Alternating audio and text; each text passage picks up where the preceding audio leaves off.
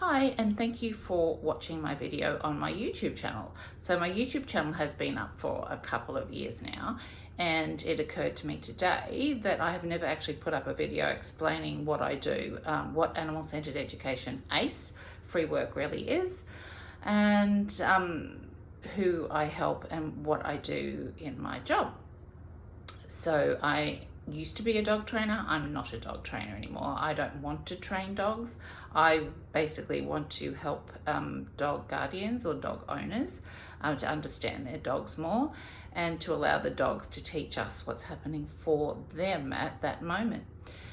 Animal-centered education was developed by the amazing Sarah Fisher over 2 decades ago. Sarah is in Bath in the UK, and she lives on the beautiful and amazing magical Tilly Farm, where she does workshops there for mainly her students, which I am one of. Very proud to say that I am Australia's first certified animal-centered education free work practitioner, and have also now achieved my level of associate tutor. It's catching on here in Australia. It's been quite popular in other parts of the world for many years, but it's catching on now in Australia, which I'm really, really happy about. Very proud to say that I've had something to do with that. And there's a lot more dog trainers, vets, learning about free work so they can use that in their practices as well. How can I explain ACE free work? It's one of those things that's like an onion. You just keep peeling back the layers. I have written up a little bit of an explanation. It kind of touches into some geeky, sciencey sort of things, but may help everyone understand. So I'm going to read it because it's long and I've just written it up. So ACE free work is a structured sensory experience designed to support the dog's nervous system from the inside out. It's not simply enrichment or food-based activity. Free work helps dogs shift from stress and maybe hypervigilance, anxiety, into a state of safety, balance, and emotional regulation. So the dogs explore the world through scent, touch, movement, sight, all of their senses. And in free work, they engage all these senses very gently at their own pace, and then their brain releases chemicals such as dopamine, which encourages curiosity and learning, serotonin, which supports emotional stability, oxytocin, which is the love hormone, and endorphins, lots of lovely endorphins. During ACE free work, the dog's nervous system, which is a huge part of what we do is work with the dog's nervous system, the parasympathetic nervous system is activated, and that's the system that moves the dog towards the rest, digest, and recovery state. So this shift reduces the stress response and allows the dog to feel safe enough to learn and to relax. How the body is positioned influences how the brain interprets the environment. So when a dog moves slowly, distributes weight evenly, and finds physical balance, what happens then is the muscles and joints send signals to the brain that they're safe and they're stable. This lowers cortisol, so that's the stress hormone, lowers cortisol levels and supports a calmer state for the dog. ACE free work helps to stimulate the vagus nerve, which increases resilience and emotional regulation, and the vagus nerve does so much more. Basically, the body tells the brain, I'm safe and I do not need to be on alert at the moment. Food in free work is used to encourage slow exploration and thoughtful movement, not to distract or override emotions. It's not like desensitization and counter conditioning. We're not asking the dog not to do the behavior and do an alternate behavior. We're actually working with the very root of the emotional cause of the dog's behavior. So when we do free work, it allows the dog to process the environment at a safe pace for them. It helps them stay connected to their body. It kind of reminds them of different parts of their body, and it builds a sensory awareness, which is really important. So slow, mindful eating supports a steady breathing pattern and a calmer heart rate. And the key signs of a regulated nervous system, we look at blink rate, respiration, footfall. So free work helps to calm all of that down. Over time doing free work, the dog's going to notice tension in their own bodies. They probably already know they have it, but like us, it's not until we do something that we realize we're holding all our tension in our neck or our jaw, and we can release it. And then doing the free work at the right heights and angles for the dog then naturally releases the tension that they're holding. And it helps the dog to return to balance without external pressures. And it's self-regulation. It's not obedience, and it's not teaching them to cope. It's self-regulation. The dog's able to do that for themselves, and I see that happening all the time. I see dogs go from being reactive, and I'm not saying this is a quick fix. There's never any quick fix, and if anyone promises you a quick fix, then they're not a very good trainer, I would suggest. But I do see in a very short period of time, dogs, when they're doing free work, be able to regulate their emotions around things that used to trigger them before. It's really quite magical. But free work's not something you do once or you do a series of sessions with me. Free work's something that you can incorporate in your dog's life forever. Free work you can do at home, slowly move it out into the outside world for, say, dogs that are reactive or dogs that are anxious. You can move it out into the free world, into the big wide world, and use the environment then. Once you know what your dog likes, what makes your dog feel safe and happier, you can use things in the outside world to help your dog feel calmer on their walks or when they're going out. So self-regulation, that leads to reduced activity, more confidence in their movement, greater emotional stability, and it's just a dog who feels comfortable in their own body and then in the environment.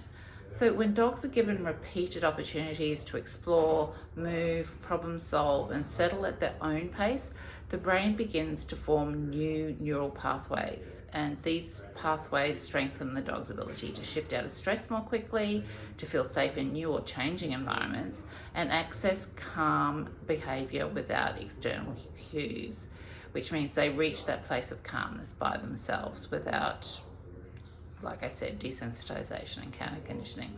So this process is known as neuroplasticity, and that's the brain's ability to adapt and recognize based on experience.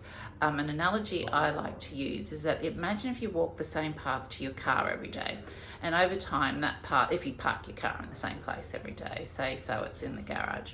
So after a while that path becomes well worn, smooth, and it's familiar to you, right? And this represents your dog's current emotional and behavioral response patterns, especially if it's stress or reactivity.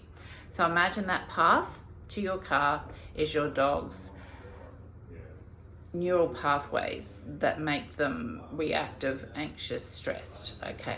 Now, imagine if you park your car in a different place and you begin to walk to the car on a different route. At first, the new path kind of feels a little bit unfamiliar, and you have to wear that path down. And it may take more effort to follow that path. But with repetition, the new path becomes the smoother one, and the old path gradually grows over. So that's exactly the way that ACE Free Work works. By providing new, safe experiences that encourage slow movement, body awareness, and emotional settling, we can help the dog create new neural pathways, like the path to your car, associated with calm and regulation. So we help the dogs form a neural pathway of stress, reactivity, nervousness, anxiety, over to a new one of calm and regulation. And that's what free work does. We see that happen all the time in free work. And we've now found scientifically how that works.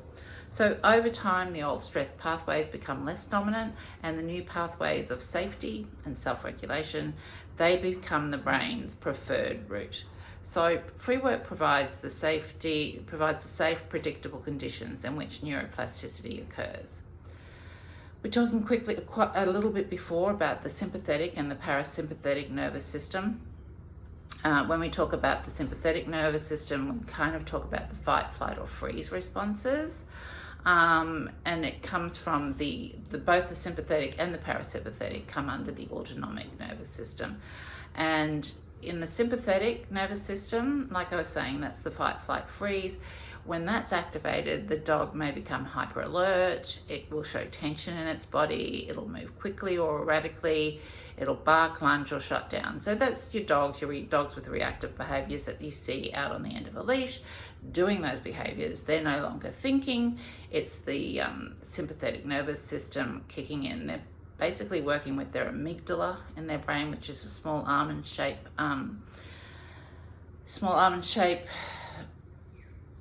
thing structure in the dog's brain and in ours, and it's that part that just is your survival part. So that keeps you safe by making you react quickly without any thinking. But then there's the parasympathetic nervous system, and that's responsible for rest, digest, and recovery states. So when we activate that by using free work, the dog can breathe more slowly. It can show softer, balanced posture. It can move at a steadier pace and engage with the environment more calmly and give us the ability to observe the dog in that state. And you'll see a lot more from the dog when they're at that rate, working at that rate. So then the free work helps shift the dog from the sympathetic nervous system over to the parasympathetic nervous system through using slow exploration, balanced postures, gentle sensory processing, by using all the things that help dogs calm, like licking, chewing. They can dig around and snuffle mats if they need to, and sniffing, of course, very important things. And it's not emotional bribery or distraction, as sometimes we get told. That would be more positive reinforcement training, if you ask me. It's actually the dog's nervous system learning how to return to safety. And then ACE free work helps the nervous system, right, by supporting to calm the brain chemistry. It encourages balanced movement and posture, and it allows the dog to process sensory inputs safely. It teaches self-regulation from the inside out. This is why free work often results in dogs who are more relaxed, confident, and resilient in everyday life. We see it all the time. So obviously, I think it's about 90-something% of behavioral problems come from dogs being in discomfort or pain. So with free work, what we can do is, while the dog is moving fluidly within the setup, we are able to observe and help that dog by referring to professionals. It may take pain medication.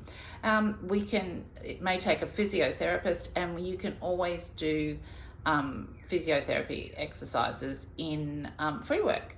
It's really interesting to see the dog, because within free work, the dog's free to do anything. So it's basically the dog being the pilot of their own journey, their own flight, and we are just there as like ground staff to keep them all safe, right? So the dog's doing free work, and we can see something is a little bit off. We tell the client, they go to a vet or physio, they come back and they say, do these exercises within free work. The big difference is, within free work, the dog is free. So the dog makes their own decisions, which is different again to positive reinforcement, because the handler or the trainer is usually the only source of reward, whereas the dog seeks their own rewards within free work.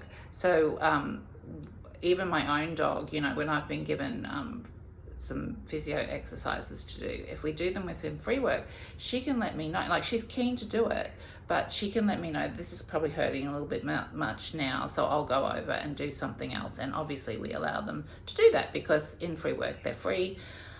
We can work on any kind of behavioral issue that people bring to us, but we work with the emotional side first, or whether the dog's in pain. And pulling on leash, separation anxiety, fear of cars, just all those things we can address with free work. And by letting the dog show us what's happening for them, what's going on for them, and let them teach us what's going on. It's just so much more. It's more simple to let the dog tell us what's going on, rather than try and train them into something else. It's just very life-changing, and all done very ethically, and with the dog being in charge of what's happening for them. And if you have a think about what happens in a dog's life, there's not a lot of choice. So that's kind of what free work is. I could go into a lot more detail about it, but maybe now that I've given you that explanation, you can go through some more of the videos and it may make a bit more sense. But please keep watching the videos. Please feel free to comment on the videos. Love getting comments, and just keep watching. There's always more and more videos coming.